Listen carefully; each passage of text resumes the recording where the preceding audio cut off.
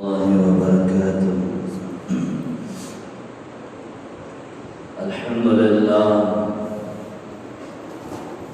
لله رب العالمين، والصلاة والسلام على رسوله محمد وعلى آله وبارك وسلم تسليما كثيرا.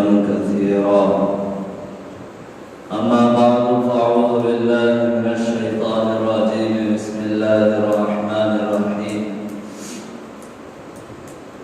سبحان الذي أسرى بعبده ليلا من المسجد الحرام إلى المسجد الأقصى الذي باركنا حوله لنريه من آياتنا إنه هو السميع البصير. وقال تعالى: ثم دنا فتدلى فكان قاب قوسين أو أدنى. قال النبي صلى الله عليه وسلم: الصلاة معراج المؤمنين، أو كما قال عليه الصلاة والسلام. اللهم صل على محمد وعلى آل محمد كما صليت على إبراهيم وعلى آل إبراهيم إنك حميد مجيد.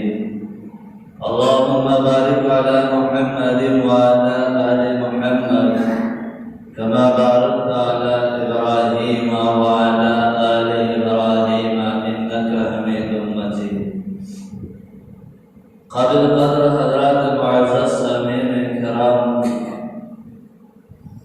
اللہ رب الجلال کا بے انتہا شکر اور احسان ہے کہ اللہ تبارک و تعالی نے ہم تمام لوگوں کو ایک عظیم ذات مقدس میں پیدا فرمایا. اس ذات مقدس میں پیدا ہونے کے خاطر تمام انبیاء علی نبینا علیہم الصلاۃ والتسلیم نے اللہ تبارک و تعالی کے پاس گر گڑا کر دعائیں مانگا کرتے تھے. صلاۃ و سلام کے مستحق میرا آپ کے آقا جناب محمد رسول اللہ صلی اللہ تعالی علیہ وسلم ہے، کیونکہ ہم تمام لوگوں کو اہدنا الصراط المستقیم کی طرف رہنمائی فرمائی ہے.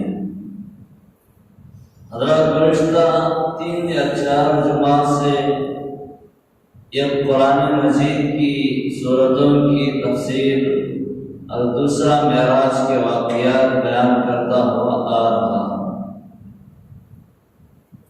آج کا یہ جمعہ شعبان المعظم کا پہلا جمعہ ہے، اور ایک طرف آیت الکرسی کا وعدہ، اور ایک طرف معراج کے واقعات، اور ایک طرف شعبان کی مہینے کی فضیلت.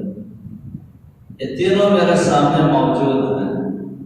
میرا ارادہ یہ ہے کہ معراج کا واقعات جو ہے وہ آخر تک آپ حضرات کے سامنے رکھ دوں، پھر اس کے بعد جو ہے شعبان کی فضیلت شبرات کے اندر اور آیت الکرسی کا جو وعدہ کیا تھا انشاءاللہ آئندہ جمعہ پر مکمل طور پر جو ہے آپ حضرات کی خدمات میں اس کے اندر اللہ تعالیٰ کیا کہہ رہا ہے ان باتوں کو لاؤں.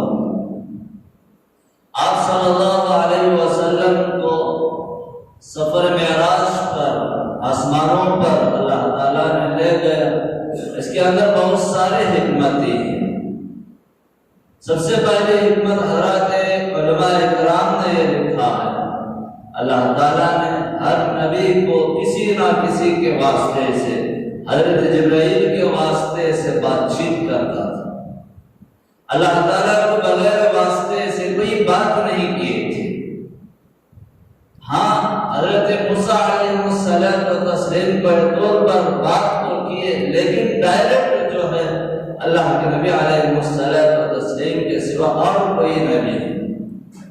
اب اللہ تعالیٰ نے چاہا کہ مجھ سے ڈائریکٹ بات کرنے والا، اس کے اندر کسی کا واسطہ نہ ہو، تو آپ صلی اللہ علیہ وسلم کو ساتھ میں آسمان سے بھی اوپر بلا کر جو ہے اللہ تعالیٰ نے آپ صلی اللہ علیہ وسلم سے بات کی ہے.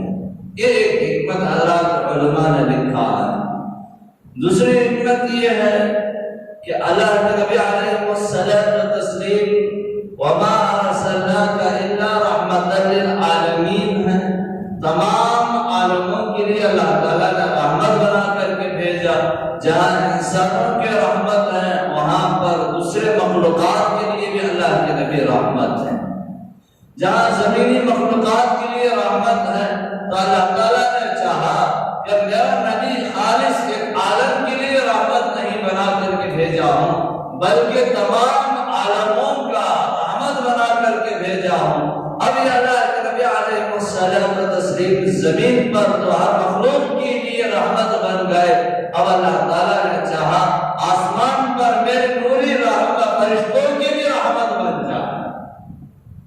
اب اللہ کے نبی علیہ الصلوۃ والتسلیم کو جو ہے ساتواں آسمانوں سے اوپر لے گئے تو وہاں پر اللہ کے نبی کی جو ہے دیدار فرشتوں نے کیا اور اللہ کے نبی جو ہے ملائکہ کے لیے بھی رحمت بن گئے۔ پھر اس کے بعد آپ صلی اللہ علیہ وسلم یہ دعا بھی کی تھی، یا اللہ میرا کوئی رفیق حیات ہوتا، میرا کوئی رفیق دوست ہوتا، میری غمخواری کو سنتا، اور جو ہے طائف کے سفر کے بعد حضرت ام ہانی کے گھر پر اللہ کے نبی نے یہ تمنا ظاہر کی، دل ہی دل میں الفاظ کہہ رہے تھے۔ اللہ تعالیٰ نے کہا کہ جس کا کوئی دوست نہ ہو میں اس کا دوست ہوں، وہ میرا محبوب ہے، اے جبرائیل بلا کر کے لاؤ کہ میرے حبیب کا میں دیدار کروں، میرے حبیب کے دل کو میں تسلی دوں۔ حضرات علماء نے یہ ایک حکمت لکھی ہے۔ اس کے بعد اللہ کے نبی علیہ الصلوۃ والتسلیم نیچے ہے، ملائکہ آسمانوں پر ہے، تو ملائکہ کے فخر کو توڑنے کے لیے ملائکہ کے دل کے اندر یہ بات نہ ہو کہ جتنے لوگ زمین پر ہیں وہ نیچے ہیں، ہم اوپر ہیں۔ اور اللہ تعالیٰ نے چاہا کہ میں ملائکہ سے بھی اوپر، ہر مخلوق سے بھی اوپر جو کوئی ہے وہ محمد رسول اللہ ہے، میرا حبیب ہے۔ اللہ کے نبی علیہ الصلوۃ والتسلیم کو ساتویں آسمانوں سے بھی اوپر لے گیا اور فرمایا اے میرے فرشتوں تم میرے حبیب سے بھی نیچے ہو، میرا حبیب اعلیٰ اور نرالا۔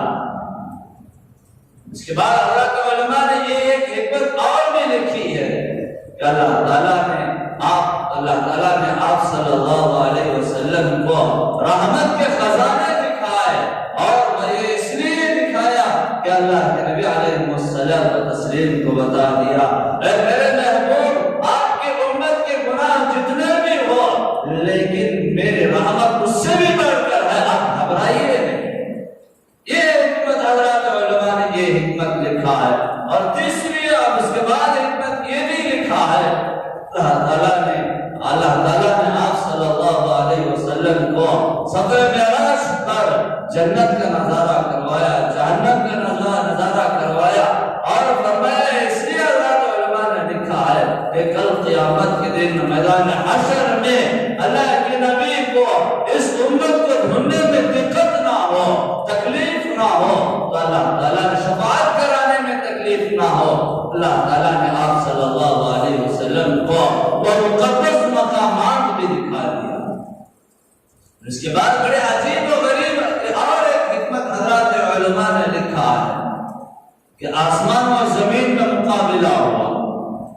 آسمان نے کہا کہ میرے اوپر فلاں ہے فلاں ہے، زمین نے کہا میرے اوپر فلاں ہے فلاں ہے، آسمان نے کہا میرے اوپر چاند ہے ستارے ہیں، زمین نے کہا میرے اوپر ہزار صحابہ ہے، اور آسمان نے کہا میرے اوپر جو ہے مقدس مقامات ہیں، تو زمین نے کہا میرے اوپر جو ہے نبی کا مدینہ ہے، آسمان نے کہا میرے اوپر جو ہے جنت ہے، سدرۃ المنتہا ہے اور عرش و کرسی ہے، زمین نے کہا کہ میرے اوپر مقدس مقامات ہیں، بیت المقدس ہے اور کوئی دور ہے اور جو ہے مکہ ہے مدینہ ہے۔ آخرکار زمین و آسمان میں مقابلہ چلتا رہا، زمین نے ایک بات اٹھا دی، تیرے اوپر جو بھی ہو لیکن میرے اوپر ایک ہستی ہے، وہ حضرت محمد رسول اللہ ہے، وہ تجھ میں نہیں ہے۔ اب اللہ تعالیٰ نے چاہا کہ میرا حبیب کا قدر آسمانوں پر بھی ہو جائے۔ اللہ کے نبی علیہ الصلوۃ والتسلیم کو اور ساتواں آسمانوں پر لے گئے اور اس سے آگے لے کر کے گئے۔ بہرحال یہ حضرات علماء نے چند حکمتیں بیان فرمایا، حضرات کی خدمات میں رکھا۔ بہرحال مسجد اقصی میں، بیت المقدس میں آپ صلی اللہ علیہ وسلم امام الکل بنے، تمام عالموں کے لیے بھی، تمام مخلوق کے آپ امام ہیں، اور آپ صلی اللہ علیہ وسلم امامت کی حضرات انبیاء کی۔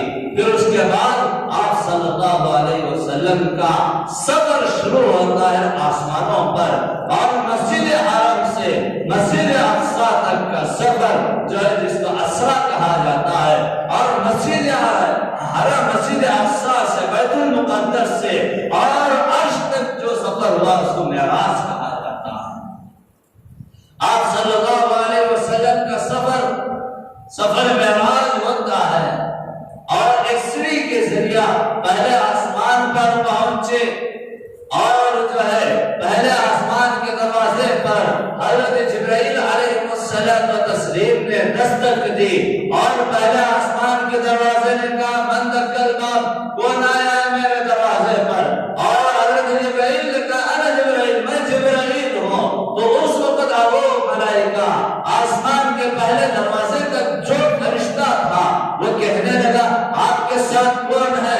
اور حضرت جبرائیل نے عرض کیا یہ محمد ہے، یہ محمد رسول اللہ ہے، کیا اللہ نے ان کو بلوایا ہے؟ اور حضرت جبرائیل نے عرض کیا ہاں اللہ تعالیٰ ان کے دیدار کا مشتاق ہے۔ تو اس وقت جو ہے آسمان کے دروازے کھولے گئے، اور جنازہ آسمان کے دروازے کھولے گئے، اور فرشتے جو ہے اللہ کے نبی علیہ الصلوۃ والتسلیم جو ہے داخل ہوتے ہیں، دیکھتے ہیں کہ حضرت آدم علیہ الصلوۃ والتسلیم کو وہاں پر بیٹھے ہوئے۔ حضرت جبرائیل نے عرض کیا اے یا رسول اللہ آپ ان کو سلام کیجیے، یہ ابو البشر ہیں، یہ تمام انسانوں کے اور بندوں کے جو ہے ابا ہیں۔ تو آپ صلی اللہ علیہ وسلم نے سلام کیا، اور ان کے آجو بازو میں ایک عجیب مسئلہ دیکھا۔ آپ صلی اللہ علیہ وسلم نے سیدھے طرف دیکھتے ہیں، حضرت آدم علیہ السلام خوش ہو جاتے ہیں، دائیں طرف دیکھتے ہیں تو اس وقت حضرت آدم علیہ السلام کا چہرہ غم زدہ ہو جاتا ہے۔ اللہ کے نبی نے پوچھا اے بھائی جبرائیل یہ معاملہ کیا ہے، یہ قصہ کیا ہے؟ اب سیدھے طرف دیکھتے ہیں اور خوش ہوتے ہیں، دائیں طرف دیکھتے ہیں اور غم کے آثار حضرت آدم کے چہرے پر ہے۔ اور اس وقت حضرت جبرائیل نے عرض کیا یا رسول اللہ صلی اللہ علیہ وسلم جو سیدھے طرف ہے یہ اللہ تعالیٰ کے فرما بردار بندے ہیں، اللہ کے حکموں کو بجا لانے والے بندے ہیں اور نیک بندے ہیں، جس کو دیکھ کر حضرت آدم خوش ہوتے ہیں۔ اور دائیں طرف جو ہے وہ اللہ تعالیٰ کے نافرمان بندے، بدکار بندے، گنہگار بندے، جن کو دیکھ کر حضرت آدم علیہ السلام کا دل کے اندر غم آ جاتا ہے اور غم کے آثار ان کے چہرے پر آ جاتے ہیں۔ اور سوچو محترم مسلمان دوستو، تمام انسانوں کے ابا اور جو ہے ابو البشر جس کو کہا جاتا ہے، تو اس وقت بھی حضرت آدم علیہ السلام نیک بندوں کو دیکھ کر خوش ہوتے ہیں، نیک اولاد سمجھ کر کے خوش ہوتے ہیں، اور جو بدکار اولاد ہوتی ہے ان کو دیکھ کر ان کا دل درد ہوتا ہے۔ میں ایک مثال دوں، ہمارے اولاد جب ہماری بات مانتے ہیں، ہمارے حکموں کو بجا لاتے ہیں تو ہم کتنا خوش ہوتے ہیں۔ میرا بچہ، میرا بیٹا بڑے اچھے اخلاق والا، بڑے اچھے عادتیں والا، اور میرا فرما بردار، اور میرے بندے، میرا بیٹا جو ہے، میری اولاد جو ہے اچھی طریقے سے زندگی بسر کر رہی ہے، ہر بات خوش ہوتا ہے۔ یہ تو تمام انسانوں کے ابا ہیں، تو ہم لوگوں کو چاہیے اعمال صالحہ اختیار کرے، اچھے اعمال کرے، ان کو خوش کرے، اور اچھے اعمال جب ہم کرتے ہیں تو اللہ تعالیٰ بھی خوش ہوتا ہے، حضرت آدم علیہ السلام بھی خوش ہوتے ہیں، آپ صلی اللہ علیہ وسلم بھی خوش ہوتے ہیں۔ بعض احادیثوں کے اندر یہ بھی لکھا، بعض روایات کے اندر یہ بھی آتا ہے علیہ الصلوۃ والتسلیم بیٹھے ہوئے ہیں، ان کے سامنے قرآن مجید پڑھ رہے چھوٹے چھوٹے بچے، اور اللہ کے نبی علیہ الصلوۃ والتسلیم نے کہا اے جبرائیل یہ بچے کون ہیں اور یہاں پر قرآن آسمان پر قرآن پڑھ رہے ہیں؟ تو حضرت جبرائیل علیہ الصلوۃ والتسلیم نے کہا یا رسول اللہ صلی اللہ علیہ وسلم، آپ کی امت کے وہ لوگ ہیں جو قرآن پڑھتا پڑھتا انتقال ہو گئے، آدھا پارا پڑھا انتقال ہو گیا، اور 10 پارا پڑھا انتقال ہو گئے، 20 پارے پڑھے پورا جو انتقال ہو گئے، اور جو ہے معصوم بچے جو انتقال ہو گئے وہ حضرت آدم علیہ الصلوۃ والتسلیم کے سامنے بیٹھ کر قرآن مجید کا حفظ کر رہے ہیں۔ سوچو محترم بزرگار دوستو، یہ قرآن مجید کا علم سیکھنا اور سکھانا دنیا میں نہیں بلکہ آسمان پر بھی چل رہا ہے۔ وہاں پر حضرت آدم علیہ الصلوۃ والتسلیم کے سامنے بیٹھ کر جو ہے وہ معصوم بچے قرآن مجید پڑھ رہے ہیں۔ آج ہمیں قرآن کو پڑھنے کے لیے ہم لوگوں کو بڑا درد ہوتا ہے۔ قرآن مجید میں بار بار کہتا ہوں، قرآن مجید کا سیکھنا اور سکھانا سب سے افضل ترین عمل ہے۔ اللہ کے نگاہ میں، اللہ اور اس کے رسول کے نگاہ میں بہت اچھا عمل ہے۔ اس کو پڑھو، اس کو سیکھو، اور اس کو بتائے ہوئے راستے پر چلو تو ہم کامیاب ہوتے ہیں۔ اس کے بعد آپ صلی اللہ علیہ وسلم کا سفر دوسرے آسمان پر حضرت یوسف علیہ الصلوۃ والتسلیم، اور تیسرے پر جو ہے حضرت یحییٰ علیہ الصلوۃ والتسلیم، چوتھے پر حضرت عیسیٰ، اور پانچویں پر حضرت ہارون، چھٹے پر حضرت موسیٰ، اور ساتویں آسمان پر حضرت ابراہیم علیہ الصلوۃ والتسلیم سے ملاقات ہوتی ہے۔ حضرت ابراہیم کو سلام کرتے ہیں، اور حضرت ابراہیم علیہ الصلوۃ والتسلیم آپ صلی اللہ علیہ وسلم سے بے حد خوش ہو جاتے ہیں، اور حضرت ابراہیم علیہ الصلوۃ والتسلیم جو ہے اور ساتویں آسمان پر بیت المعمور سے ٹیک لگا کر کے بیٹھے ہوئے ہیں۔ بیت المعمور اسے کہا جاتا ہے جس طریقے سے آج ہمارا زمینی کعبہ ہے، اور اسی کے بالمقابل اسی کے اوپر جو ہے ساتویں آسمان پر بیت المعمور فرشتوں کا کعبہ ہے اور فرشتوں کی مسجد ہے، اور روزانہ 70,000 ملائکہ وہاں پر عبادات اور طواف کرتے ہیں بیت المعمور کا۔ پھر اس کے بعد حضرت ابراہیم علیہ الصلوۃ والتسلیم سے ملاقات ہوئی۔ اب آپ صلی اللہ علیہ وسلم کو ساتویں آسمان سے بھی اوپر لے گئے، جہاں پر سدرۃ المنتہا ہے، اور سدرۃ المنتہا وہاں پر ایک بیری کا درخت ہے، اس کے جڑیں چھٹے آسمان پر، اس کے شاخیں ساتویں آسمان پر، اور اس کا انسان سے بڑا گہرا تعلق ہے۔ اور کتابات کے اندر یہ لکھا ہوا ہے کہ زمین سے جو بھی عبادتیں، جو بھی حالات جاتے ہیں تو وہاں جا کر کے ٹہل جاتے ہیں، آسمان سے عرش سے جو بھی آتے ہیں وہاں آ کر کے ٹہل جاتے ہیں۔ اور وہ بیری کا درخت ہے، اس کا ایک پھل ایک مٹکے کے برابر، اور اس کا ایک پتا ہاتھی کے کان کے برابر، اور یہ سدرۃ المنتہا یہاں کھڑے ہو کر اللہ تعالیٰ سے حضرات ملائکہ بات چیت کرتے ہیں۔ اس سے آگے بڑھنے کی کسی کی ہمت نہیں ہے۔ حضرت جبرائیل علیہ الصلوۃ والتسلیم نے آپ صلی اللہ علیہ وسلم کو لے کر اور سدرۃ المنتہا پر گئے اور ہاتھ چھوڑ دیا اور کہا یا رسول اللہ اب آگے جائیے، اب آپ آگے جائیے۔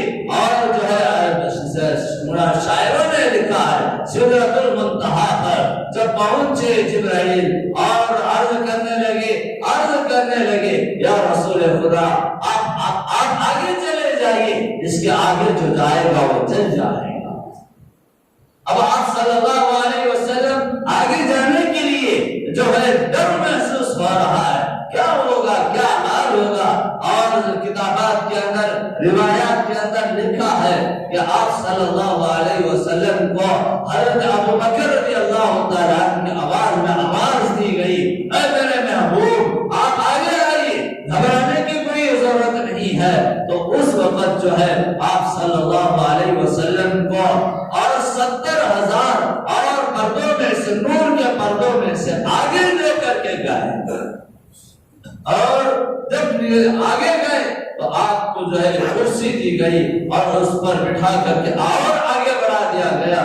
جب پہنچے اللہ تعالیٰ کے قریب قرآن کہتا ہے فَكَانَ قَابَ قَوْسَيْنِ أَوْ أَدْنَىٰ فَأَوْحَىٰ إِلَىٰ عَبْدِهِ مَا أَوْحَىٰ. آپ صلی اللہ علیہ وسلم کو اتنا قریب کر دیا گیا. بعضوں نے ایک ہاتھ، بعضوں نے اس سے بھی کم. آپ صلی اللہ علیہ وسلم کو اللہ تعالیٰ کے سامنے کر دیا گیا. اور جو ہے اور آپ صلی اللہ علیہ وسلم کا دیدار آپ نے کیا تو سب سے پہلے آپ نے سجدے میں گر گئے، سجدہ کیا، اللہ تعالیٰ کی حمد و ثنا بیان کی. اب سجدے سے سر اٹھائے آپ صلی اللہ علیہ وسلم نے اور کچھ تحفہ پیش کیا. التحیات للہ والصلوات والطیبات. یا اللہ میری اور میری امت کی جانی مالی اور قولی عبادتیں وہ تیرے لیے ہیں. اور اللہ کے نبی علیہ الصلوۃ والتسلیم نے عہد کر دیا آج کے بعد سے میں اپنے زبان سے، میری امت اپنے زبان سے جو تعریف کرتی ہے وہ سب تعریف تیرے لیے ہے. اس کے بعد اللہ کے نبی نے یہ وعدہ کر دیا، یہ عہد کر دیا آج کے بعد سے ہم اپنا مال جو خرچ کرتے ہیں تیرے راہ میں وہ سب کچھ وہ تیرے لیے ہے. اللہ کے نبی علیہ الصلوۃ والتسلیم نے یہ عہد کر دیا، یہ وعدہ کر دیا یا اللہ میں اور میری امت جو ہم بدنی عبادتیں کرتے ہیں، مثال تو ہم نماز پڑھتے ہیں وہ تیرے لیے، ہم رکوع کرتے ہیں وہ تیرے لیے، ہم سجدہ کرتے ہیں وہ تیرے لیے، سب کچھ جو ہے وہ تیرے لیے ہے. اب ہم جھکیں گے اللہ کے سامنے، ہم سجدہ کریں گے اللہ کے سامنے، ہم اپنا مال خرچ کریں گے اللہ کے راہ میں، ہم اپنے زبان سے تعریف کریں گے، اللہ کی تعریف کریں گے. اب آگے چل کر ہم کسی کے سامنے سجدہ نہیں کریں گے، ہم آگے چل کر ہم کسی کے سامنے جھکیں گے نہیں. یہ عہد ہو گیا، یہ وعدہ ہو گیا. میری اور میری امت کے بدنی اور مالی اور قولی عبادتیں وہ تیرے لیے ہیں. اب سوچو محترم بزرگار دوستو، ہم جھک رہے ہیں تو ہم کس کے سامنے جھک رہے ہیں؟ ہم سجدہ کر رہے ہیں تو ہم کس کے سامنے سجدہ کر رہے ہیں؟ یہ سجدے کسی کو کرنا یہ جائز نہیں ہے. ہم سجدہ اللہ کو کرنی چاہیے، جھکنا اللہ کے سامنے ہے، اللہ سے مانگنی چاہیے، اللہ سے اللہ ہمارا مشکل کشا ہے، اسی کے سامنے جھکو، اسی کے سامنے سجدہ کرو اور اسی سے مانگو. یا اللہ کے نبی علیہ الصلوۃ والتسلیم نے بطور تحفہ اللہ تعالیٰ کو یہ عطا فرما دیا. جو اللہ تعالیٰ کو آپ صلی اللہ علیہ وسلم نے عطا فرمایا، السلام علیکہ ایھا النبی ورحمۃ اللہ وبرکاتہ. اللہ تعالیٰ نے کہا اے میرے محبوب آپ پر بھی سلامتی ہو، برکتیں ہو، رحمتیں ہو. اللہ تعالیٰ کو آپ صلی اللہ علیہ وسلم نے یہ تحفہ دیا. اللہ تعالیٰ یہ تحفہ دے رہا ہے میرے نبی تم پر سلامتیں ہو، رحمتیں ہو، برکتیں ہو. اللہ کے نبی علیہ الصلوۃ والتسلیم پر قربان جائے کہ وہ نبی جب دنیا میں تھا، جب مکہ میں تھا، جب مدینہ میں تھے، اس وقت بھی امت کو نہیں بھولے. آخری لمحات میں جب لوگ کو نکالی جا رہی تھی اور اس وقت بھی امت کو نہ بھولے. اب آسمانوں پر گئے، آسمانوں پر گئے اور آسمانوں پر بھی اللہ تعالیٰ ان پر رحمتیں بھیج رہا ہے، اللہ تعالیٰ ان پر برکتیں بھیج رہا ہے، اللہ تعالیٰ ان پر سلامتیں بھیج رہا ہے. وہاں پر بھی یہ گنہگار امت یاد آ جاتی ہے. اللہ تعالیٰ کی رحمت جوش میں ہے، اللہ تعالیٰ کی رحمت دھانک رہی ہے، اللہ تعالیٰ کی رحمتیں برکتیں جو ہے متوجہ ہو رہے ہیں، اللہ تعالیٰ رحمتیں بھیج رہا ہے. اور اس امت کو بھی یاد کر لیا، السلام علینا وعلی عباد اللہ الصالحین. یا اللہ ہم جس طریقے سے تو میرے اوپر سلامتیں، رحمتیں، برکتیں عطا فرمایا ہے اسی طریقے سے اور تیرے فرمانبردار بندوں پر بھی سلامتیں ہو، رحمتیں ہو، برکتیں ہو. پھر اس کے بعد یہ معاملہ فرشتوں نے سن رہے تھے اور فرشتوں نے سن رہے تھے. فرشتوں کے جواب، فرشتوں کی زبان سے الفاظ نکل گئے، اشہد ان لا الہ الا اللہ واشہد ان محمد اللہ یا اللہ اور ہم گواہی دیتے ہیں اللہ کے سوا کوئی معبود نہیں، اور گواہی دیتے ہیں کہ حضرت محمد صلی اللہ تعالی علیہ وسلم اللہ کے بندے اور رسول ہیں۔ اب یہ نماز کے اندر اللہ تعالیٰ نے ان کلمات کو واجب کر دیا۔ اب یہ انعامات ہوئے، اب اللہ تعالیٰ نے کتابات کے اندر یہ بھی لکھا ہے کہ ہر ایک دوست کو تحفہ لے کر کے جاتا ہے۔ اللہ کے نبی علیہ الصلوۃ والتسلیم نے پوچھا، یا اللہ تو نے حضرت آدم کو تحفہ دیا، حضرت نوح کو تحفہ دیا، حضرت ابراہیم کو تحفہ دیا، حضرت موسیٰ کو تحفہ دیا، اور ہر نبی کو تحفہ دیا، تو مجھے کیا تحفہ دے گا؟ تو اللہ تعالیٰ نے کہا، اے میرے حبیب، جب تک میرا نام رہے گا اس وقت تک تیرا نام بھی باقی رہے گا۔ جب تک میرا نام میرے بندے لیں گے اور میرے نام کے ساتھ ساتھ تیرا نام بھی لیں گے۔ ایک بندہ مسلمان میں اسلام قبول کرنا چاہتا ہے، اس کا پورا اسلام قبول نہیں ہوتا جب تک لا الہ الا اللہ اور محمد رسول اللہ نہ کہہ لے۔ ایک بچہ کلمہ پڑھتا ہے لا الہ الا اللہ، اس کا کلمہ مکمل نہیں ہوتا جب تک محمد رسول اللہ نہ کہہ لے۔ ایک مؤذن اذان دیتا اشہد ان لا الہ الا اللہ، اس کے اذان مکمل نہیں ہوتے اشہد ان محمد رسول اللہ نہ کہہ لے۔ یا اللہ تعالیٰ نے تحفہ آپ صلی اللہ علیہ وسلم کو عطا فرمایا۔ اس کے بعد حضرت ابراہیم علیہ السلام نے دعا کی تھی، یا اللہ میرے گناہ معاف کر دینا۔ اللہ تعالیٰ نے کہا، اے میرے حبیب ابراہیم خلیل اللہ نے یہ دعا کی تھی، میرے گناہ کو معاف کر دینا۔ تو میں کہتا ہوں، اے میرے حبیب تم دعا نہیں مانگے اور دعا مانگو نہ مانگو، میں نے آپ کے اگلے پچھلے تمام گناہوں کو معاف کر دیا۔ اس کے بعد میرے حبیب نے مجھ سے دعا مانگی تھی، یا اللہ میدان حشر میں مجھے رسوا نہ کرنا، دنیا میں اور آخر میدان حشر میں رسوا نہ کرنا۔ اور اللہ تعالیٰ نے کہا، خلیل نے دعا مانگا، میں نے ان کو رسوا نہ کیا۔ اے میرے حبیب تم کو میں دنیا میں بھی اور آخرت میں بھی آپ کو کبھی رسوا نہ کروں گا۔ خلیل نے دعا مانگی، یا اللہ مجھے جنت عطا فرمانا۔ اے میرے حبیب، اور جو ہے خلیل نے دعا مانگی تو میں خلیل کو جنت عطا فرماؤں گا، لیکن تم نے دعا نہیں مانگی میرے خلیل کو، اب یعنی آپ نے دعا نہیں مانگی تم کو جنت نہیں دوں گا، جبکہ آپ کی امت جنت میں چلے جائے گی، آپ کو مقام محمود تک پہنچا دوں گا۔ آپ صلی اللہ علیہ وسلم کو پوچھے بغیر جو ہے انعامات کی بارش ہوتی ہے، بہت سارے انعامات ملتے ہیں، اور انہی انعامات میں سے اللہ تعالیٰ نے آپ صلی اللہ علیہ وسلم کو اور ایک تحفہ عطا فرمایا، 50 نمازوں کا تحفہ عطا فرمایا۔ ان نمازوں کو لے کر آپ صلی اللہ علیہ وسلم واپس آ رہے ہیں۔ چھٹے آسمان پر جس طریقے سے پہلے پر حضرت آدم اور حضرت انبیاء سے ملاقات ہوتی ہوئی گئی، اور 7ویں آسمان پر حضرت ابراہیم سے ملاقات، اور چھٹے آسمان پر حضرت موسیٰ سے ملاقات۔ حضرت موسیٰ نے کہا، حضرت موسیٰ نے پوچھا، یا رسول اللہ صلی اللہ علیہ وسلم آپ 7ویں آسمان سے اوپر اللہ تعالیٰ کے ہاں سے آ رہے ہیں، اللہ تعالیٰ نے آپ کو کیا تحفہ عطا فرمایا؟ اللہ کے نبی علیہ الصلوۃ والتسلیم نے کہا کہ اے موسیٰ، اللہ تعالیٰ نے مجھے 50 نمازوں کا تحفہ عطا فرمایا۔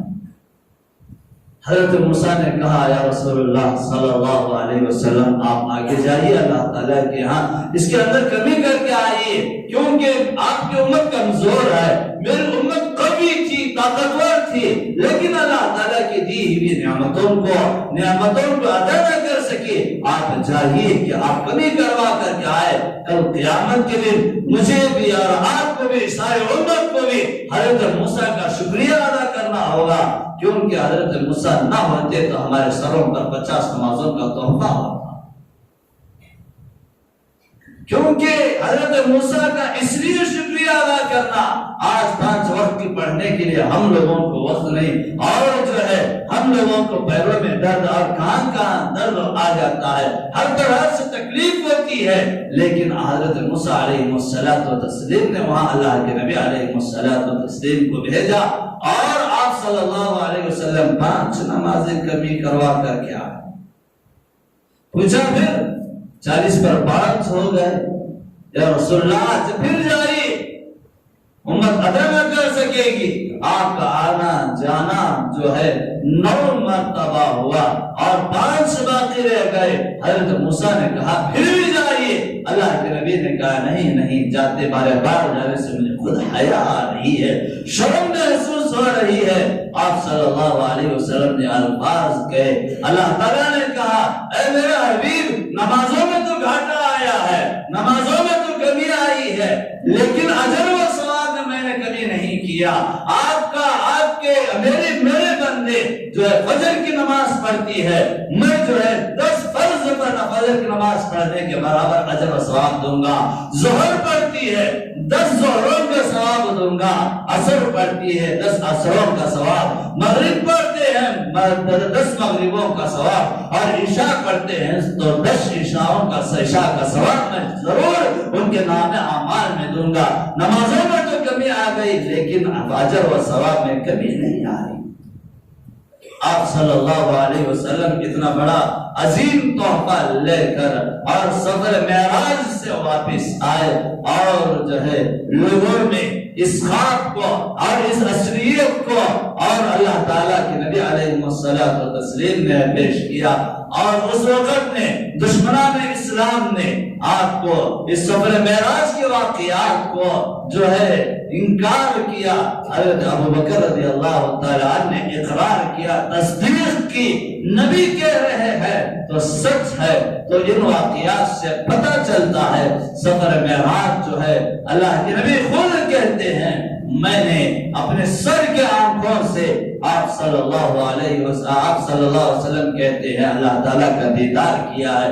قرآن کہتا ہے سبحان الذی اسری بعبدہ لیلا من المسجد الحرام الى المسجد الاقصى الذی بارکنا حولہ لنریہ من آیاتنا انہ هو السمیع البصیر۔ اور دوسرے مقام پر قرآن کہتا ہے فکان قاب قوسین او ادنی فاوحی الی عبدہ ما اوحی۔ تو ان قرآن کے آیات سے اور احادیث نبویہ سے معلوم ہوتا ہے کہ آپ صلی اللہ علیہ وسلم نے اتنا بڑا سفر جو ہے چند ہی لمحوں میں اتنا بڑا سفر طے کر کے آئے، یہ انعامات لے کر آئے۔ اہل سنت والجماعت کا عقیدہ یہ ہے کہ ہم اس کو تسلیم کریں اور اس کی تصدیق کریں، ہم اس پر متفق ہو کہ یہ کیسے ہو سکتا ہے اتنا بڑا راستہ چند ہی لمحوں میں اور جو ہے ایک رات میں اتنا بڑا سفر طے کر کے آ جائے۔ یہ بات اپنے دلوں سے نکال دو، کیونکہ ہم بھی دیکھا ہوگا ایک معمولی سے جو بڑا سے بڑا آدمی ہوتا ہے تو ہم لوگ ٹریفک کو روک دیتے ہیں، نظام کو وہیں پر روک دیا جاتا ہے۔ اسی طریقے سے یہاں امام الانبیاء ہیں اور آپ نے تمام عالم کو آپ کے صدقے سے اور جو ہے پیدا فرمایا ہے، اور اتنا بڑا نبی جب جا رہے ہو تو اللہ تعالیٰ نے آسمان کو، زمین کو، چاند کو، ستاروں کو اور تمام مخلوقات کو اپنے اپنے جگہ ٹھہرا دیا۔ آپ صلی اللہ علیہ وسلم کو اتنا بڑا سفر طے کروا کر کے واپس لائے۔ بہرحال ہم لوگوں کو چاہیے کہ اس واقعے کو مانے، سچا مانے، تو اس کے بعد اس واقعے کے اندر نمازوں کو اللہ تعالیٰ نے عطا فرمایا، نمازوں کی پابندی کرے، اور سفر معراج پر جنت کا، دوزخ کا اور جو حالات میں نے گزشتہ 2 یا 3 جمعہ سے اب حضرات کی خدمات میں پیش کرتا ہوا آ رہا ہوں، بندہ فلانا گناہ کرتا ہے اس کو یہ عذاب وہ عذاب، یہ پورے جو ہے اللہ کے نبی کو نظارہ کروایا گیا، یہ سب اب حضرات کی خدمات میں رکھا۔ تو سفر معراج کے واقعے کا واسطہ دے کر کے کہتا ہوں کہ جو ہم لوگوں کو چاہیے گناہوں سے پرہیز کرے، اعمال صالحہ کرے، اخلاق کو سدھارے، اچھے اخلاق پیدا کرے، جو اعمال صالحہ آ کر جاتا ہے اللہ کے نبی علیہ الصلوۃ والتسلیم کو، اور جو ہے سفر معراج پر ہی ایک جو ہے خوشبو آنے لگی، ایک اچھی ہوا چلنے لگی اور ایک آواز آنے لگی، یا اللہ تو نے میرے اندر بے شمار نعمتوں کو رکھا ہے اور بے شمار نعمتوں کو رکھا ہے، نہروں کو رکھا ہے، محلات کو رکھا ہے، حوران کو رکھا ہے، میرے اندر کب تیرے نیک بندے آئیں گے، کب میرے اندر کب تو بندوں کو بھیجے گا؟ تو اللہ تعالیٰ نے وہاں پر جنت سے کہا، اے جنت گھبرائیے نہیں، ہر نیک بندے تیرے اندر آئیں گے۔ پھر ایک مقام پر اللہ کے نبی جاتے ہیں، وہاں پر یہ آواز آتی ہے اور وہاں سے بدبودار ہوا چلتی ہے اور آوازیں چیخیں آنے لگتے ہیں، تو اس وقت حضرت جبرائیل سے اللہ کے نبی نے پوچھا، یہ جنت یہ آوازیں کہاں سے آ رہے ہیں؟ جبرائیل نے کہا دوزخ کی ہوائیں، گرمی اور دوزخ کے جو ہے چیخیں آ رہے ہیں۔ اللہ تعالیٰ نے کہا، اے دوزخ جہنم گھبرائیے نہیں، ہر جو ہے بدکار بندوں کو تیرے اندر ڈالوں گا اور جو ہے تیرے گنہگار، میرے گنہگار بندوں کو تیرے اندر داخل کر دوں گا۔ تو اب سوچو محترم بزرگار دوستو، ہر طرح سے دوزخ بھی تیار ہے، جنت بھی تیار ہے، ہمارے سامنے راستہ اختیار ہے، چاہے تو جنت کے اختیار کرے، چاہے تو دوزخ کو اختیار کرے۔ بہرحال یہی چند کلمات تھے سفر معراج کے، آپ صلی اللہ علیہ وسلم کے وہ جو نظارہ کروایا گیا سب آپ حضرات کی خدمات میں رکھ دیا۔ آئندہ جمعہ پر آیت الکرسی کا جو لگاتار 2-3 جمعہ سے وعدہ کرتا ہوا آیا، آئندہ جمعہ پر آپ حضرات کی خدمات میں لاؤں گا۔ بہرحال یہ مہینہ جو چل رہا ہے شعبان الشہر، اور اللہ کے نبی نے کہا شعبان میرا مہینہ ہے، اس مہینے کے اندر بھی ہم لوگوں کو چاہیے کہ نیک اعمال کرے، اچھے اعمال کرے، اور عنقریب اس مہینے کی 15ویں شب جو آئے گی اس کے اندر بڑی خاصیت ہے، اور اس رات کے اندر اللہ تعالیٰ نے بندوں کو، تقدیروں کو بدلتا ہے، اور وہ رات آنے سے پہلے ہم لوگوں کو چاہیے کہ ہم لوگ جن کا حق مانگا ہے ان کا حق ادا کرے، ماں باپ کے حقوق ادا کرے، اور جو ہے نمازوں کے پابندی کرے، کیونکہ اللہ کے نبی علیہ الصلوۃ والتسلیم یہ مہینے سے ہی، رجب سے ہی روزہ رمضان کی تیاری کرتے تھے، روزے رکھا کرتے تھے، لیکن اللہ کے نبی ہم لوگوں کو منع فرمایا ہے کہ اگر شعبان میں روزے رکھ لے، امت رمضان میں جو ہے روزے رکھنے میں کمزور ہو جائے گی، اس لیے آنے والا جو ہے 28ویں تاریخ کو شب برات شاید آئے گی، تو اس وقت تک ہم لوگوں کو چاہیے کہ اپنی زندگی کو سدھارتے رہے اور اس رات میں پہنچے تو کیا کرنا ہے کیا نہیں کرنا ہے انشاءاللہ آئندہ پر آپ حضرات کی خدمات میں وہ باتوں کو ملاؤں گا۔ بہرحال یہی چند کلمات ہیں آپ حضرات کی خدمات میں رکھ دیا، بس دعا فرمائے اللہ تعالیٰ کہنے اور سننے سے زیادہ عمل کرنے کی توفیق عطا فرمائے۔ حج میں معمول حج ماہ اعلانات